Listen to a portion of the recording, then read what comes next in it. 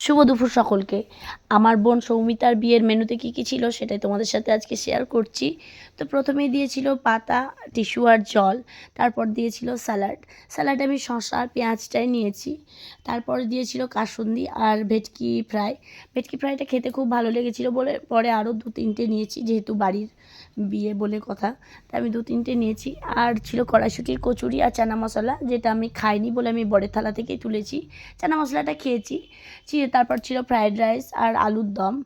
তো আমি চানা মশলা আর আলুর দম দিয়ে ফ্রায়েড রাইসটা খেয়েছি। তারপর ছিল সাদা ভাত আর ডাল, যেটা আমি খাইনি বলে আমি সেটাও বরের থালা থেকে তুলেছি। তারপর যারা মাংস খায় না তাদের জন্য ছিল মাছ আর পনির। আর পনিরটা আমি খাইনি, দিদির থালা থেকে নিয়েছি ভিডিওটা।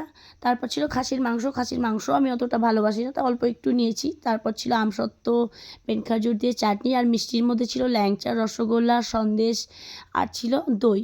তো কেমন লাগলো মেনুটা অবশ্যই কমেন্টে জানিও, ভালো লাগে তো লাইক করে দিও।